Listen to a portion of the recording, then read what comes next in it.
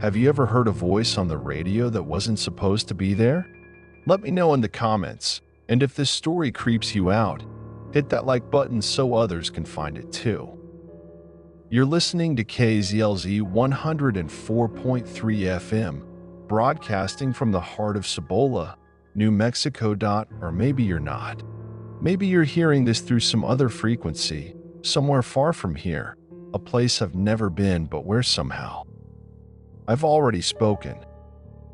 Doesn't matter. If you're hearing this. If you're hearing me, I need you to listen carefully. This is not a show. This is not a story. And this station isn't what you think it is. My name's Alex Reyes. I'm the overnight host at KZLZ. What's left of it anyway. Been sitting in this chair for almost 11 years now, surrounded by cigarette burns, vinyl records no one plays anymore, and a coffee machine that leaks more than it brews. It's the kind of job where you learn to love the silence between things. You live for the static, the dead air. It's honest, or at least it used to be. Let me take you back. Cibola's not the kind of place people move to. It's where people go to disappear. We're about 2 hours from Albuquerque if the roads are clear, which they never are. One diner, one gas station, one radio tower. That's about it.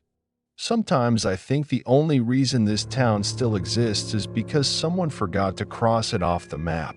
When I took the job at KZLZ, I wasn't looking for a career. I just needed quiet. After the divorce, after my brother died, I needed a place where the world wouldn't knock so damn loud. And the desert? The desert doesn't knock. It whispers. I like the night shift. Midnight to 6 a.m. No calls, no news, no guests. Just me, the mic, and whatever old records I felt like spinning. Sometimes I read poetry. Sometimes I rambled. Once, I spent an entire hour describing clouds I'd seen earlier that day. It didn't matter. No one was listening, or so I thought. It started with a voice point 3 weeks ago. A Thursday, I think. I was about halfway through an old Janis Joplin set when the phone rang. That alone was strange. I hadn't taken a live call in years. Nobody called KZLZ. Not at night. Not ever. I almost didn't answer, but I did. You have to help me, the voice said. I'm stuck. There's something in the sky. I can't leave. The line was filled with static, but the voice was clear. Panicked. Male. Maybe mid-30s. I asked him where he was. He said a name I didn't recognize, Jericho Plains. Now, I've lived in New Mexico most of my life. I've driven every dusty road and pothole-filled highway from Santa Fe to Lordsburg. There is no Jericho Plains. I told him that. He paused. Then, barely above a whisper, he said, but your voice led me here. The line went dead. I chalked it up to a prank. Desert kids getting creative. Moved on. But I couldn't shake that sentence. Your voice led me here. It felt wrong. Like something I was supposed to remember but couldn't. The next night, it happened again. Different caller. This time a woman. Said she'd been driving for hours, but the road wouldn't end. No exits. No signs. Just 2 yellow lines under an orange sky. She sounded exhausted. Terrified. I asked where she was. Same place as last night's broadcast, she said, where the man was screaming. I told her I hadn't had any screaming man on the show. She insisted, described his voice in detail, and then she said something that made my skin crawl. He said your name. Right before the signal went dead, he said, you brought it here. I didn't sleep that morning. The next few nights were more of the same. Strangers calling from nowhere. Some described deserts that didn't match any landscape I knew. Others talked about cities that had never existed, glowing towers in the middle of forests, airports without walls, neighborhoods where the sun never rose. But they all had one thing in common. They said they were listening to me, not just KZLZ. Me, Alex Reyes. My voice, reading passages I'd never read, playing songs I didn't own. Some even quoted phrases I'd never spoken. At least not yet. One man recited a monologue he swore I'd delivered the night before, word for word, as if reading from a transcript I hadn't written. I checked the logs, the recordings, the backups, nothing. But then, I found it. In the studio's archive room, buried behind a box of old cassettes, I found a reel-to-reel tape. Unlabeled, dusty. I almost didn't bother playing it. Wish I hadn't. The voice on the tape was mine.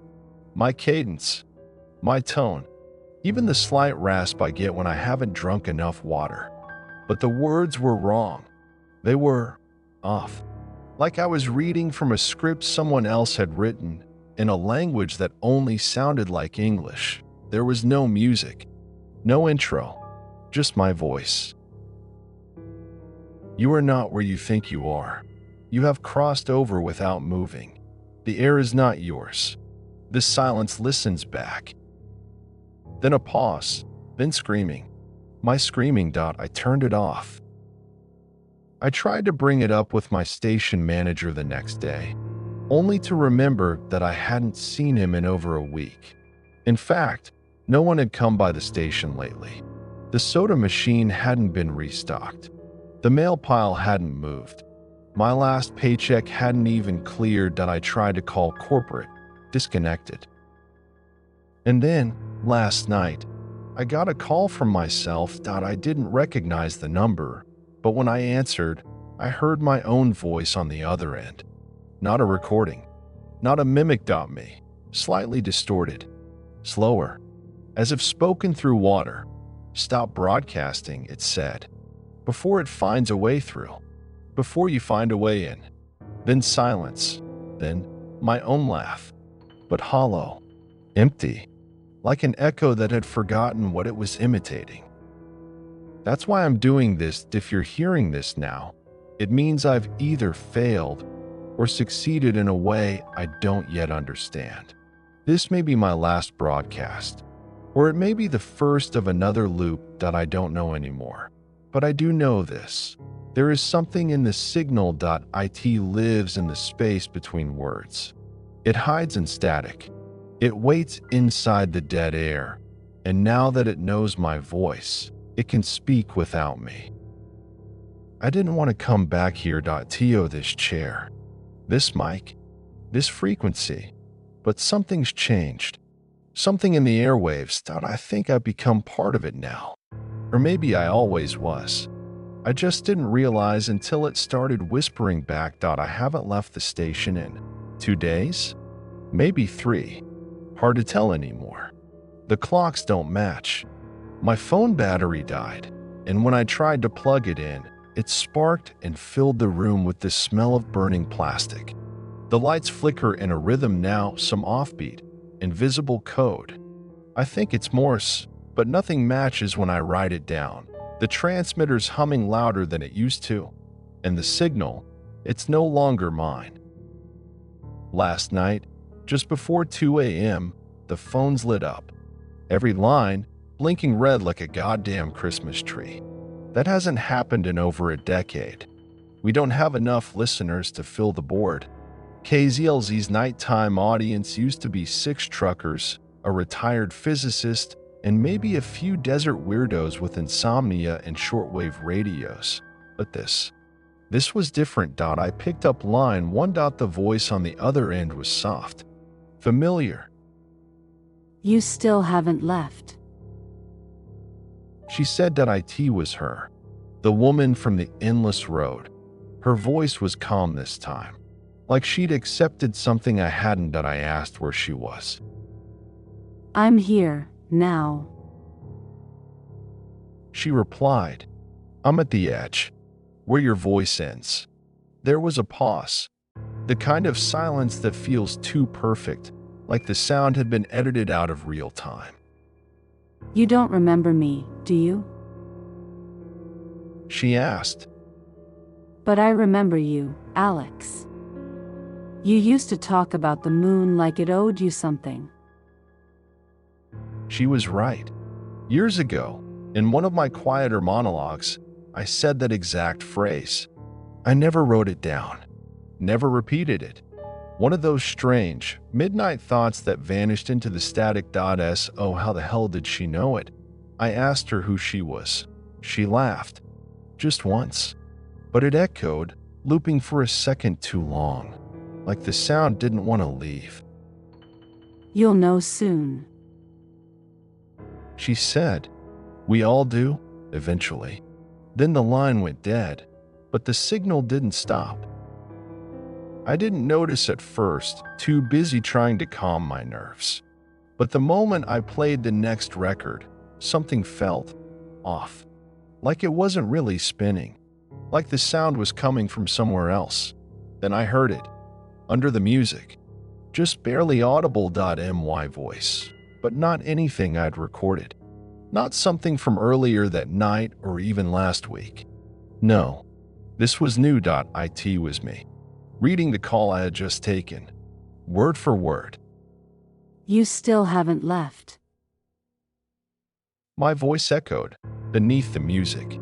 Then, You used to talk about the moon like it owed you something. the exact phrasing, tone, cadence matched perfectly. Only I hadn't recorded it. I couldn't have. I yanked the record off the turntable. Dead silence. No hum. No static. Not even feedback. Then, from the main speaker, not the phone, not the auxiliary feed, came a different voice. Not mine. Not hers. Something else. The door is open now. I blacked out. I don't know how long I was out. An hour? Maybe less. When I came to, the air in the booth was thick. Charged. Like the moments before a lightning strike. When your teeth vibrate and your skin feels stretched too tight. Someone had placed a cassette tape on the console. It wasn't there before. Unlabeled, again. I stared at it for a long time, fighting the urge to destroy it.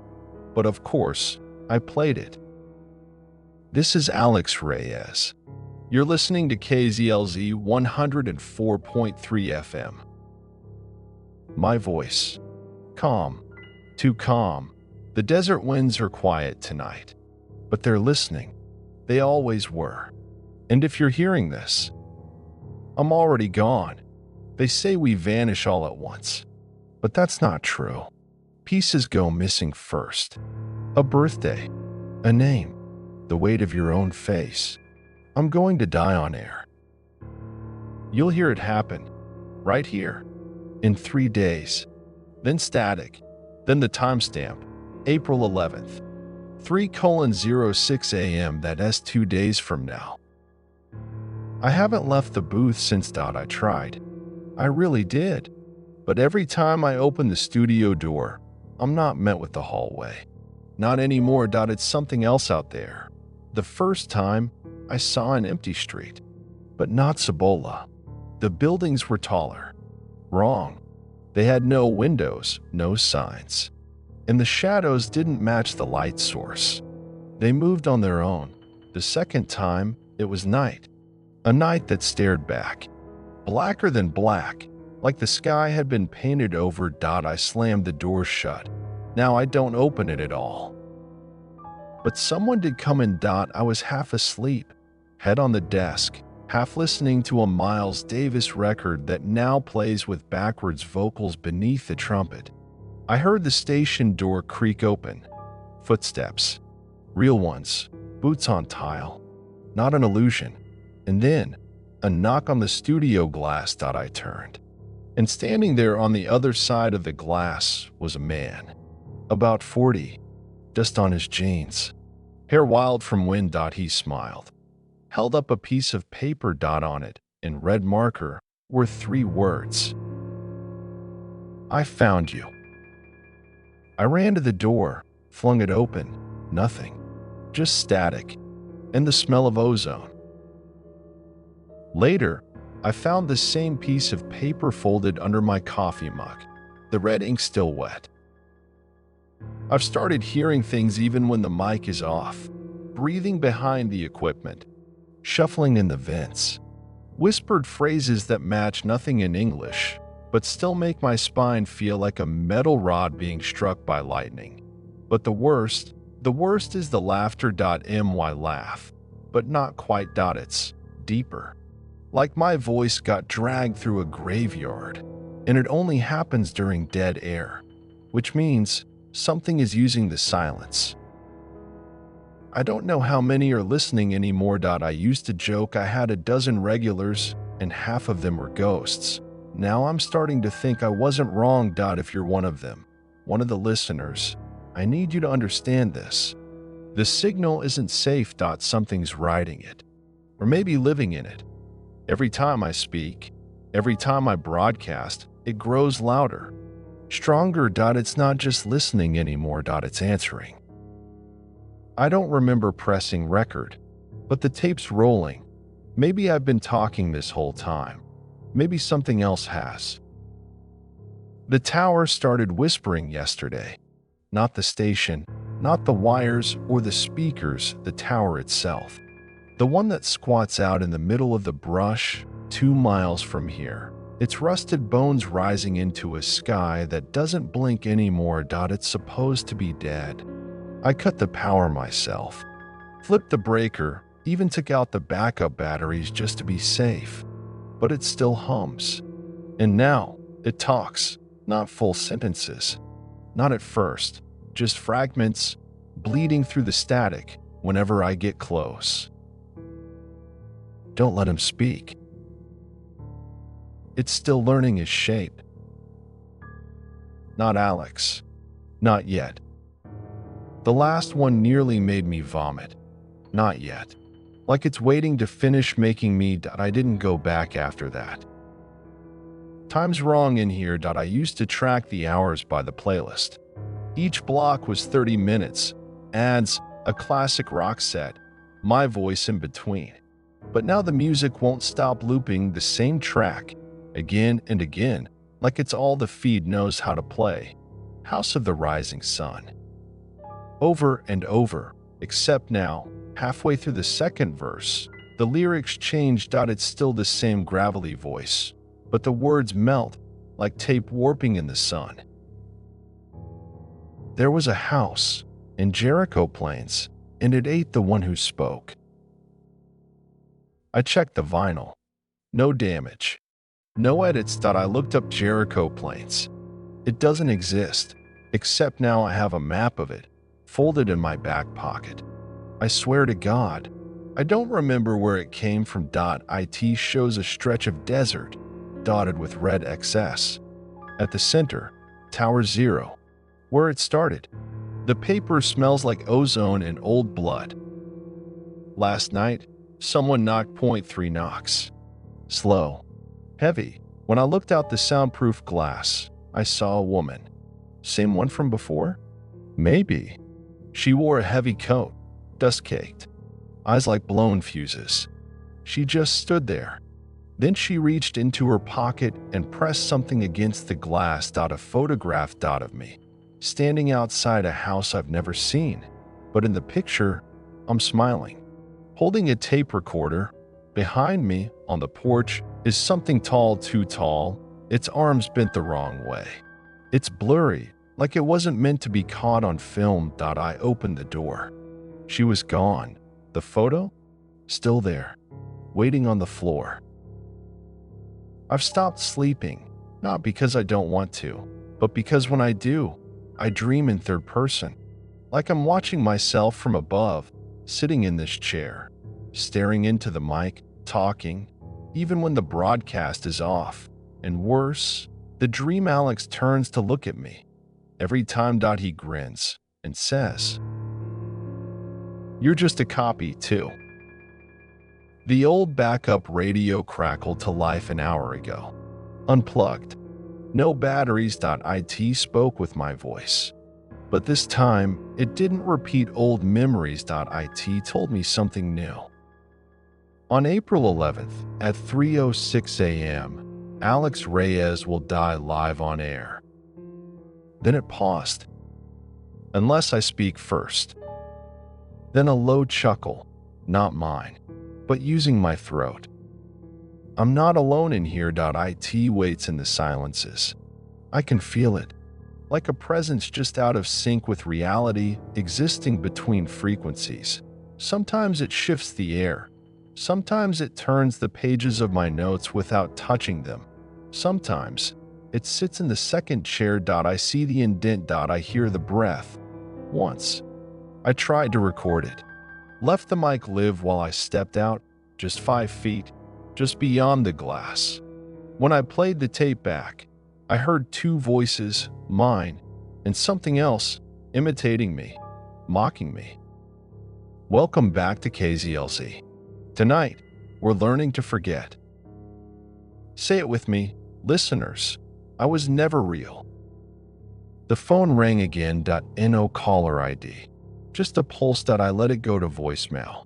I couldn't stomach another voice I might recognize. Later, when I played the message, there was nothing for the first 20 seconds. Then, you are not where you think you are.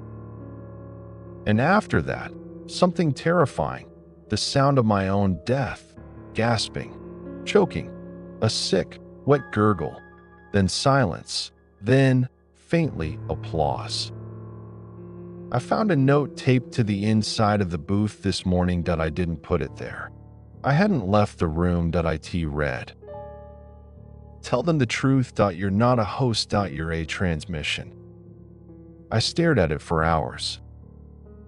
I think this all started before the calls, before the voices, maybe even before I got the job. There's a photo pinned to the back of the corkboard near the records. It's a staff picture from 1992. I wasn't hired until 2008. But there I am, clear as day, standing in the back row, smiling, holding a tape recorder, just like the picture the woman brought. There's more, so much more, but time's running out. April 11th, 3:06 a.m. Tomorrow. I can hear it building now. Not just the static, but a pulse beneath it, like a heartbeat with no body. And in between beats, words. Let go. Let me finish the voice. We are not separate. So here's the truth, if there is one. I think I'm being rewritten, not haunted, not possessed, replaced, and the thing doing it, it's not from here, not from a place at all. It lives in dead air, feeds on forgotten frequencies, and now it has my voice. Maybe you're hearing it right now. The map is changing. I didn't notice at first, thought it was just the heat warping the paper, but now I can feel it pulse in my pocket. When I take it out, it recoils like it's alive, or maybe reacting to me, like it knows something I don't. The red XS have moved. They now form a spiral. At the center, my name, written in black ink. Beneath it, someone scratched a word I swear wasn't there before. Inheritance. When I touched that spot, just my fingertip, I felt a shock. But not pain. It was memory, not mine. I saw a man, my age, behind the mic. Not in my station, an older one, all dials and glowing tubes. He was broadcasting, but to no one, because no one was left. Only the signal remained, and then I realized something that made my stomach drop. He looked exactly like me. April 11th. 2:50 a.m. 16 minutes left. The station's colder now. My breath fogs the glass between me and the control board. That's never happened before, not in the desert, not in April. But it's not just cold. It's wrong. Like something's uncoiling behind the walls, shedding human time and stepping through. The light on line 1 flashes. I haven't heard that ring in weeks. No ID. Just the red LED, blinking like a heartbeat. I don't answer it. Not yet, because someone else is already calling. The old broadcast mic, the one from the 70s I keep as a prop, crackled to life 5 minutes ago. No power, no connection, and then a voice. Familiar, too familiar. Alex. The breath caught in my lungs that I knew that voice. It was my older brother. Dead 7 years. He used to run nights on WXRM in Albuquerque. Real voice talent. Funny quick. Too quick. He lost control one night. Slept at the board. Mic hot. Took pills. Never woke up. But this voice, it's him. Calmer. Colder. Slower. Like something wearing his voice, studying how to use it. You opened the door, little brother. And now it won't shut again. I couldn't speak. I just sat, shaking. You were always curious. Always pressing buttons, even when you shouldn't. Then something terrible.